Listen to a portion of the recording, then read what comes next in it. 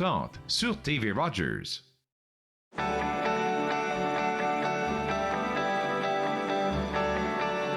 Vous regardez TV Rogers, Ottawa. Cette émission est présentée par Télé Élan. Vous êtes enfin aux commandes. Pour en savoir plus, visitez rogers.com.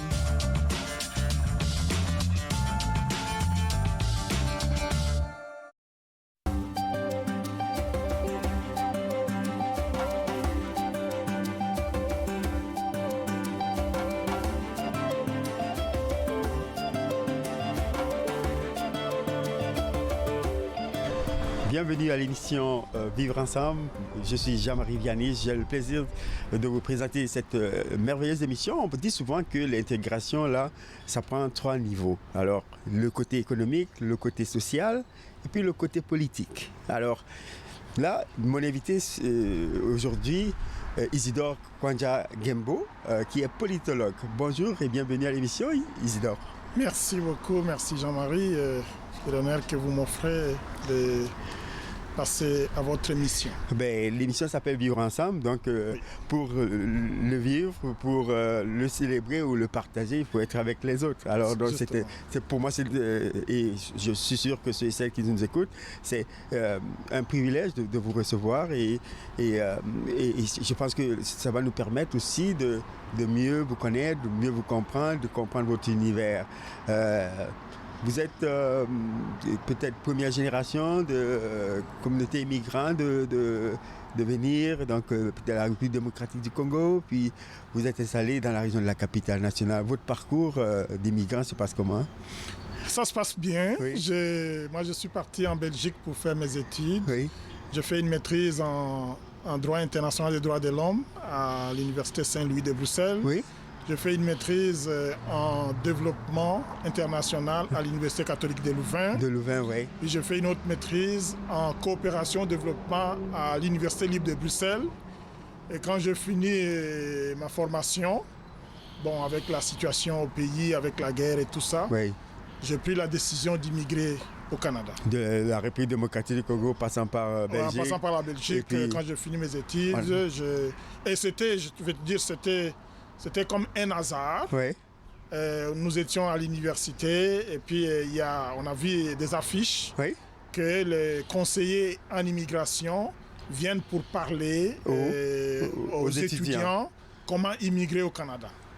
Et donc on nous a parlé de tout ce qu'il y a comme avantages, inconvénients et tout ça. Et nous étions emballés et à la fin de la conférence, on nous a distribué des formulaires pour ceux qui étaient intéressés. Et j'ai pris le formulaire, et puis je l'ai rempli et je l'ai envoyé. Et un mois après, je reçois la réponse que j'ai été sélectionné par le Québec. Oh. Et à partir de ce moment-là, je commençais à prendre les choses un tout petit peu au sérieux. Ouais. Parce qu'au début, c'était comme, on prenait une chance. Comme si je m'amusais. Oui. Puis tout d'un coup, là, je me dis, alors je commençais à m'intéresser. Oui. Et puis, vous savez, avec TV5, on peut suivre les émissions de Radio-Canada. Oui. Alors, je suivais régulièrement les journaux, l'accent, la culture, les habitudes et tout ça. Et petit à petit, je commençais à aimer le pays. Oui. Et puis, une fois que j'ai été sélectionné, puis là, il fallait que je dépose les dossiers. Je suis allé à Paris pour déposer parce qu'à Bruxelles, il fallait déposer à Paris. Il y avait quelques aspects administratifs à... je suis allé, j'ai déposé ma candidature. Oui. Et puis, après 6 mois, on m'a dit, je peux envoyer mon passeport pour avoir le visa. Puis là, j'étais un peu comme partagé. Oui. Parce qu'en Belgique, j'avais déjà un séjour. Un séjour, un titre de séjour, et tout ça. Puis j'ai obtenu mon visa. Oui. Puis je suis resté encore pendant une année, presque une année en Belgique. Le visa était valide pour une année. Pour un an, oui. Et je suis resté. Et vers la fin, il restait comme un mois. L'immigration va m'écrire pour me dire... Si vous n'entrez pas au Canada, vous allez devoir reprendre les démarches le processus, oui. Alors là, on s'est décidé avec mon épouse, les enfants ont dit on y va. On va tenter la chance, on va y aller. Et puis quand vous arrivez... C'est comme ça que nous sommes arrivés ici, c'était pratiquement comme à une semaine de l'expiration du visa. Mais le visa était valable une année, nous l'avons gardé pendant une année, on était hésitant. Puis finalement, on n'a pas fait un mauvais choix. Oui, est-ce que vous avez, quand vous arrivez, est-ce qu'il y a eu un choc? Il y avait eu un choc. Il y avait un choc. D'abord, je suis francophone. Oui. J'ai fait toutes mes études en français. Oui. Mais je suis allé directement dans la ville de Québec. Mais j'avais l'impression que je n'entendais pas le français. Oui. L'accent était tout à fait vous a différent. Marqué, j'imagine. Moi, j'avais un peu un accent belge. Oui. Et puis l'accent québécois. Il y avait des expressions comme par exemple quand on parlait mon char. Oui, mon char. Alors moi, j'imaginais un char de combat. Un char d'assaut, un char quelque de chose combat. Comme ça. Alors c'est avec le temps, j'ai commencé à comprendre. Et puis c'est la même langue, mais il y a des expressions qui... Des similitudes. C'est ça. Mais sinon, c'était quand même une bonne expérience de la vie. Oui. Parce que là, on a tout abandonné, puis on a dû reprendre tout à zéro. Oui. Puis arrivé immédiatement, j'ai pris l'inscription à l'École nationale d'administration publique. Oui. J'ai fait une maîtrise en administration publique. Encore retour à l'école. Hein? Retour à l'école. Oui. Parce que quand immédiatement arrivé, il y a eu des séances d'information et tout ça. On s'est rendu compte que ce qu'on nous a dit à l'étranger n'était pas exactement ce que nous vivions à l'intérieur du pays. La réalité, la réalité et le vécu quotidien, c'était un peu différent. Oui. Alors je me suis dit, l'idéal, ça serait que j'ai un diplôme du Canada. Oui. Ça va m'éviter toutes les tracasseries. Les démarches de reconnaissance des diplômes, des choses comme ça. Oui. Je me suis inscrit à l'École nationale d'administration publique. Et dans ce programme, quand vous terminez votre programme, vous devez faire un stage. Oui. Puis là, je devais trouver un stage. J'ai postulé dans différents ministères. Oui. Et il y a à la Commission canadienne des droits de la personne, un directeur m'a sélectionné. Il avait un projet pour la promotion des droits de la personne. Oui. Quelque chose qui vous tient à cœur aussi. Il dit, oui, j'ai vu ton CV, mais ce qui m'intéresse beaucoup plus, c'est ta formation en droit international des droits de l'homme. Oui.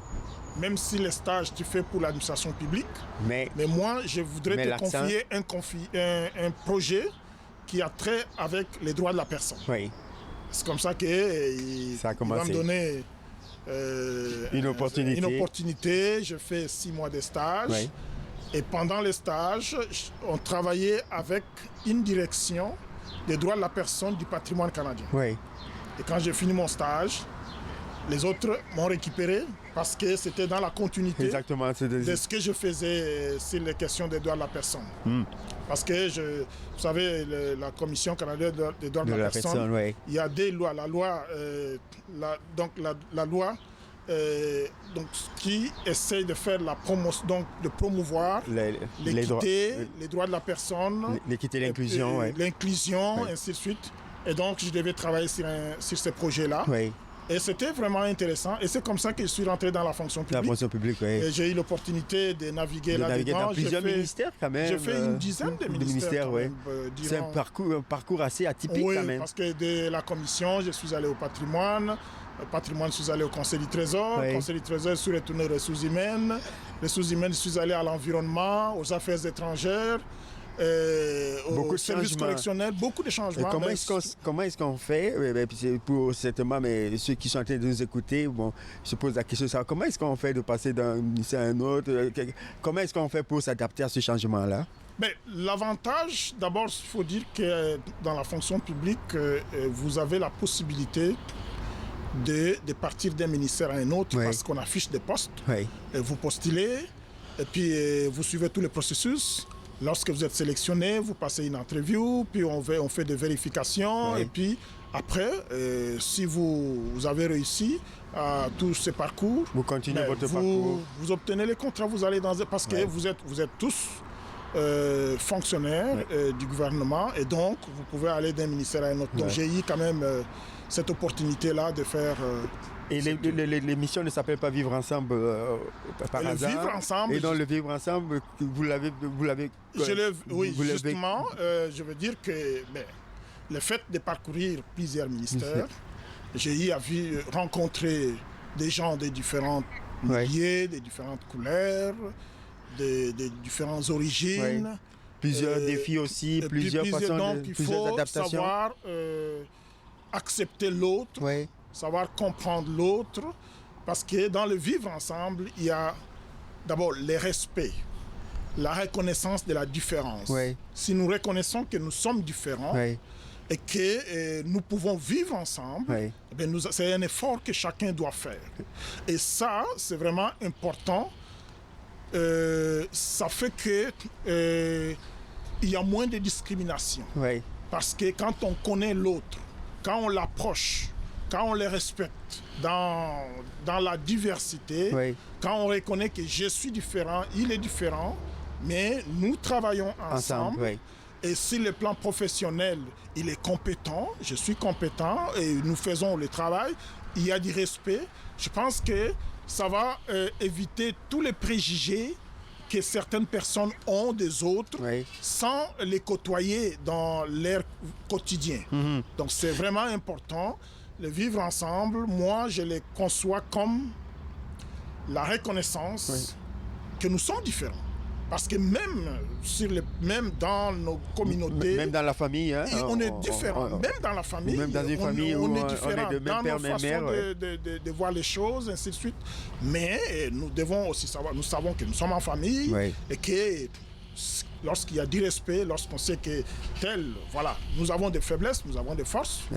Et vous savez, la diversité, c'est une richesse pour les pays.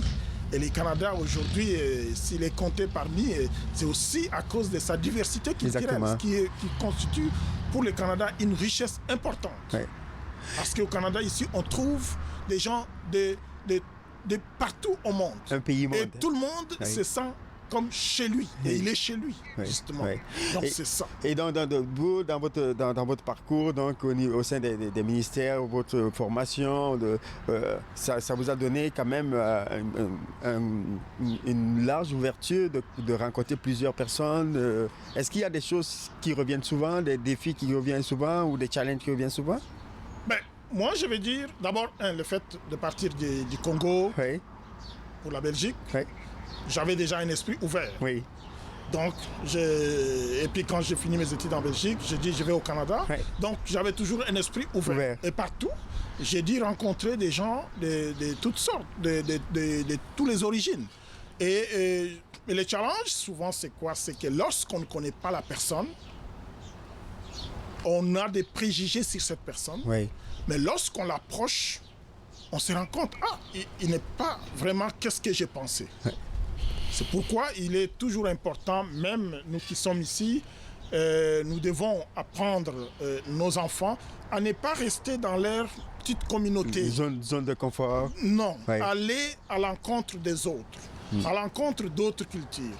Par exemple, en été ici, il y a beaucoup d'activités qui se font, des communautés et tout ça. Participer, aller rencontrer ces gens, écouter comment ils réfléchissent, comment ils réagissent à certaines situations. Ça vous ouvre l'esprit. Et vous avez comme ça une autre façon de voir les autres. Voilà, donc cette façon de voir les autres, on va d'abord prendre une courte pause et puis on va revenir pour la suite de l'émission. Monsieur Isidore Kwadjangembo, donc politologue, et on revient tout de suite pour la continuité, la suite de l'émission d'En Vivre Ensemble. Ne quittez pas et restez là. Merci beaucoup.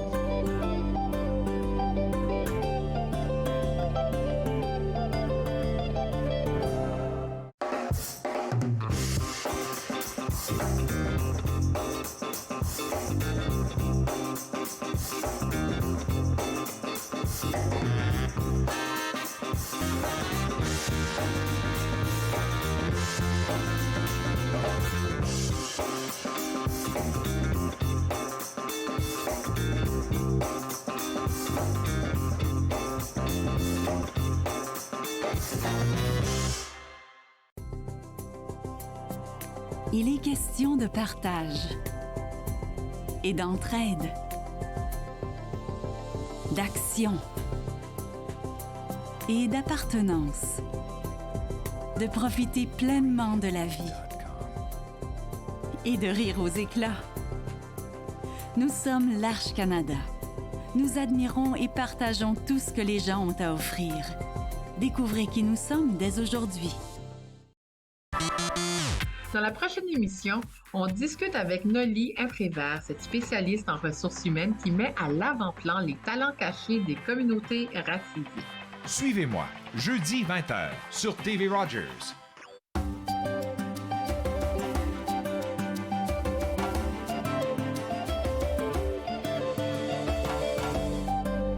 De retour après la pause, toujours à vivre ensemble. J'ai le plaisir d'accueillir à l'émission aujourd'hui M. Isidore Kwanja Ngembo, donc un politologue. Et tu me parlais, Isidore, de ton intégration avec ton intégration à toi, mais il y a la famille qui est venue avec toi également. Mais comment est-ce que la famille elle a vécu cette intégration-là? Oui, en fait, il faut dire curieux, peut-être ce qui était difficile, c'était pour les enfants. Oui. Parce que il faut dire que quand nous sommes arrivés, quand nous sommes partis de la Belgique, on a tout abandonné. On est venu juste avec des valises.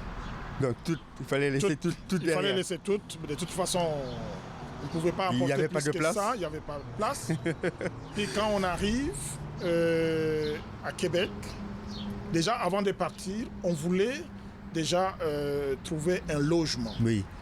On nous dit qu'il est pratiquement difficile de signer un contrat à partir de l'étranger. Exactement, donc il faut être sur place. Être sur place pour trouver un logement. Un défi. Et quand nous sommes arrivés, on a dit louer juste un petit appartement. Un petit espace, oui. Un petit espace très serré avec les enfants. Combien? Et c'était inconfortable. Combien d'enfants? J'avais 4 enfants. Okay. Avec mon épouse. C'est une petite famille ici, on dit. Hein? Ouais, mais c'est une grande famille ici, mais en Afrique, c'est une petite famille. Exactement, ouais. Mais c'était difficile pour les enfants parce qu'il fallait tout reprendre à zéro. Ouais. Et ce qui était encore beaucoup plus difficile, même si nous, on s'était déjà préparés quand on immigrait, on avait vendu certaines choses, on avait fait nos économies, mais pour trouver un logement, on nous exigeait... Une mise... non, pas seulement. On nous demandait de produire les déclarations d'impôts pour démontrer que nous sommes solvables. Oui. Nous avons même proposé que nous puissions payer les logements pendant 2 ans parce qu'on avait suffisamment de réserves. Ils nous ont dit non, la loi ne permet pas ça. Il faudrait trouver quelqu'un pour endosser. Mais nous, on venait d'arriver dans un pays où il n'y avait pas un réseau encore développé. C'était difficile. On trouvait des maisons. Mais lorsqu'on allait pour signer le contrat, on nous dit non, il faudrait que quelqu'un puisse vous endosser parce que vous n'avez pas encore du travail, et ainsi de suite. Finalement, il y a un monsieur qui avait une belle maison. Il venait à peine d'aménager dans cette maison-là. Non, elle venait d'être construite, là, avec plusieurs appartements. Il dit, je vais tenter, c'est la première fois que j'accepte un immigrant qui vient à peine d'arriver. Parce que généralement, les gens ont la perception comme si un immigrant, c'est une nécessité, il ne va pas être en mesure de payer les loyers et tout ça. Nous, on lui a dit, on est en mesure de payer pour 2 ans. C'est ça. Il a dit, non, la loi ne me permet pas, mais je vous fais confiance. Et je vous donne l'appartement, vous payez ce qui est autorisé par la loi. Par la loi, ok. Nous avons payé et nous sommes restés dans la ville de Québec, dans cette même maison, pendant 5 ans. 5 ans, oui. Alors que, vous savez, au Québec, c'est chaque année que les gens déménagent. Le 1er juillet. Mais nous sommes restés pendant 5 ans. En fait, qu'est-ce qui est arrivé, c'est que moi, quand j'ai fini l'École nationale d'administration publique, j'ai eu un stage à Ottawa. À Ottawa, oui. Je suis venu ici. Puis mon épouse était infirmière, travaillait à Québec. Elle est restée avec la famille. Et puis les enfants dans les écoles, leur intégration se passait comment? Ça se passait bien parce que, ils venaient d'un programme belge. Qui est un peu la ressemblance. Le système québécois. Ok, parfait. Ils n'étaient pas complètement perdus.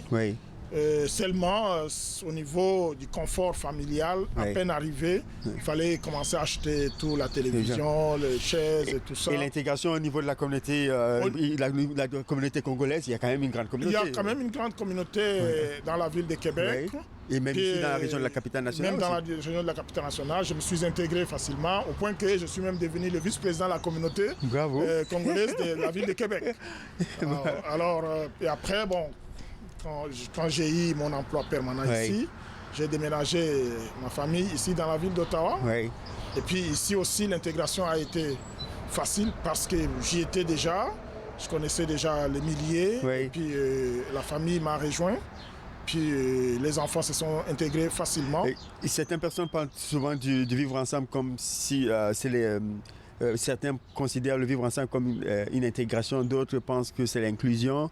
Votre définition à vous du vivre ensemble, comment est-ce que moi, je n'apprécie pas les gens qui disent l'intégration. Oui, c'est vrai, il y a une partie de l'intégration, mais le vivre ensemble, c'est que moi, j'ai ma culture. J'ai ma façon de voir les choses. Vous avez votre culture, vous avez votre façon de voir les choses. Mais si je peux accepter que nous sommes différents, que nous voyons les choses différemment, mais que nous sommes appelés à vivre ensemble, à nous côtoyer, à nous comprendre, on va vivre ensemble. S'il y a du respect, s'il n'y a pas de préjugés, les gens sont appelés à vivre en harmonie. Je les vois avec mes voisins, souvent, surtout en hiver, quand il faut déneiger, on va donner un coup de main aux voisins. On pousse l'auto qui est on va dépanner un voisin, peut-être que la voiture n'a pas démarré parce qu'il fait très froid. Se mettre à la disponibilité de l'autre. Toujours être disponible. Et ça, je les vois, même ici, dans la ville. Je vois, les gens sont tous disposés à aider. Ça, c'est quand même une valeur canadienne. C'est une valeur canadienne. Quand tu rencontres quelqu'un, tu vois qu'il est comme perdu, directement tu vois quelqu'un qui s'approche pour dire « Est-ce que je peux vous aider ?» Ça, c'est vraiment canadien et c'est vraiment, ça montre qu'il y a cet esprit de vivre ensemble. Vous avez travaillé beaucoup dans plusieurs ministères, vous l'avez dit, côté international, au niveau de la politique. Comment est-ce que le vivre ensemble à la manière canadienne vous a influencé dans ces rapports avec les autres qui n'étaient pas du Canada ou qui voulaient comprendre ces valeurs canadiennes? J'ai eu le privilège de travailler au ministère des Affaires étrangères. Je me suis occupé d'un certain nombre de pays d'Afrique centrale, dont le vôtre, le Cameroun. Le Cameroun, où je suis né. Et j'avais l'occasion d'échanger régulièrement avec des officiels qui venaient de ces pays-là. Et puis je travaillais aussi sur des dossiers qui touchaient notamment ces pays-là, les questions de la personne, des ressources minières. La francophonie, j'ai beaucoup écrit. J'ai écrit plus d'une centaine d'articles sur la francophonie. J'ai un esprit ouvert au monde et je pense que la diversité, comme je l'ai dit tantôt, est une richesse et j'apprécie beaucoup que le Canada mise beaucoup sur cette diversité, ce qui fait que tout le monde qui se retrouve ici, il se sent chez lui. Maintenant, il y a des défis comme partout ailleurs. Il y a des gens qui ont toujours des préjugés, peut-être parce qu'ils n'ont pas beaucoup voyagé. Et parce que vous savez, comme on dit, le voyage instruit. Quand vous voyagez, vous voyez des choses différemment, vous voyez le monde différemment, vous voyez les gens différemment. Et vous avez la facilité de vivre avec les autres parce que vous mangez différemment en voyageant, vous côtoyez des gens que vous n'avez pas l'habitude de côtoyer régulièrement. Et tout ça, ça vous transforme dans votre vécu quotidien, dans votre vivre ensemble. Quelle est la valeur canadienne que vous transportez avec vous à chaque fois que vous allez à la rencontre de l'autre, au-delà de votre passeport, si vous passez une frontière? Quelle valeur? Si je passe la frontière, je veux dire, la valeur canadienne, c'est que, d'abord, on est quand même égalitaire. C'est quelque chose de bon. De fondamental ici. Qui se sent supérieur à l'autre. Par exemple, avec ton directeur, tu vas le tutoyer. Exactement. Tu l'appelles par son prénom. Oui. Tandis que dans d'autres contextes, d'autres cultures, tu ne peux pas. Je vous donne l'exemple. J'ai étudié en Belgique. En Belgique, déjà, les dispositions des bancs. Il y a un enseignant devant et les étudiants, vous êtes là et vous ne pouvez pas tutoyer un professeur. Oui, c'est le vouvoiement tout le temps. C'est le vouvoiement tout le temps. Tandis que quand je suis arrivé ici, comme je vous ai dit, j'ai fait une maîtrise en École nationale d'administration publique, j'ai fait une maîtrise en sciences politiques, j'ai fait un diplôme d'études supérieures en éthique publique. Là, maintenant, je suis en train de préparer un doctorat. Oui. Mais toutes les salles où je suis passé, bon, il faut dire aussi qu'au niveau de maîtrise, le système canadien, c'est à peu près une vingtaine d'étudiants. Une vingtaine d'étudiants, oui. Mais c'est toujours en cercle, même l'enseignant. Donc, ça veut dire que vous êtes tous égaux. Et vous interagissez les uns après les autres. Il n'y a pas quelqu'un qui est supérieur. Même l'enseignant, vous le tutoyez, vous l'appelez par son prénom. Ça, c'est quelque chose qui est vraiment... qui encourage même les gens à se sentir vraiment chez eux, à se sentir valorisés. Oui. C'est ça. Et donc, ces valorisations-là, en terminant l'émission, une image, une chose, une chanson qui, pour vous, symbolise ce vivre ensemble, ce serait quoi?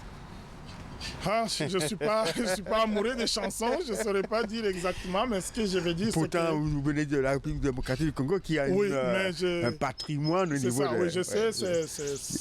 la musique et de l'art, de la production. Mais ce n'est pas mon fort. Oui. Mais ce que je veux dire, c'est que nous avons ici une culture qui est telle que il y a un respect mutuel. Oui.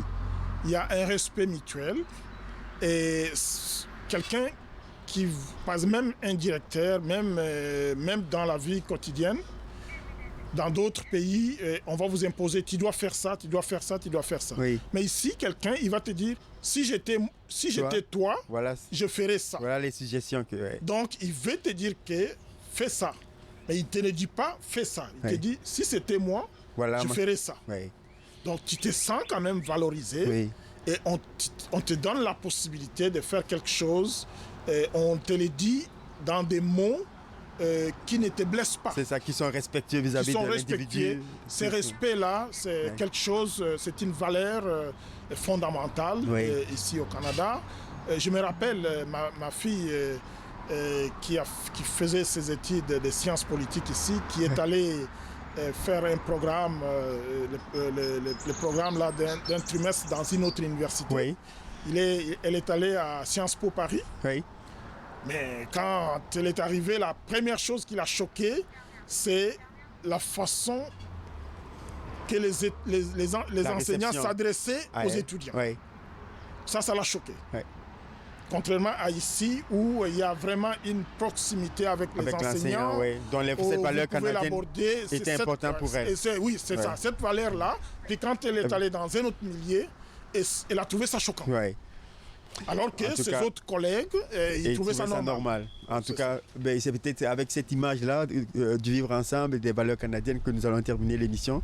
Monsieur Isidore Kouandja-Gembo, politologue, merci d'être passé à Vivre ensemble. Merci, moi qui vous remercie de m'avoir donné l'opportunité d'échanger avec vous. Merci. Et puis vous, j'espère que vous avez apprécié l'émission. Restez à l'écoute des programmes de télévision Rogers. À la prochaine. Au revoir. Merci beaucoup. Merci.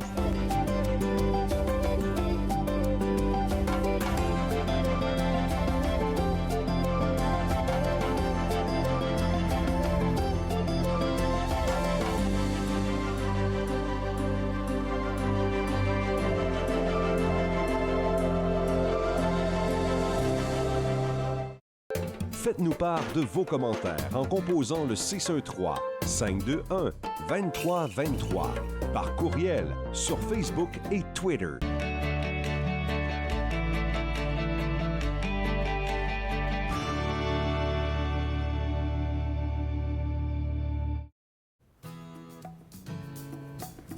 Mardi, Suzanne Fortier-Gourde vous invitera à célébrer le 10e anniversaire de la Société franco-ontarienne du patrimoine et de l'histoire d'Orléans.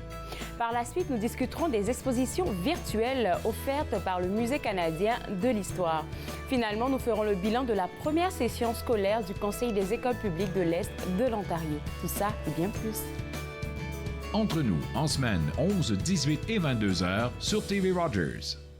J'ai passé plus de temps que je devrais à essayer de comprendre qu'est-ce qui est arrivé. Tous les trois qui étaient sur le pont ne savaient pas qu'un train pourrait passer aussi vite qu'il est passé, puis sans s'en apercevoir. À la prochaine émission, on va accueillir les élèves de... L'École de l'Est! Pour un spécial de Noël. Viens que je te raconte. Dimanche, 21h, sur TV Rogers.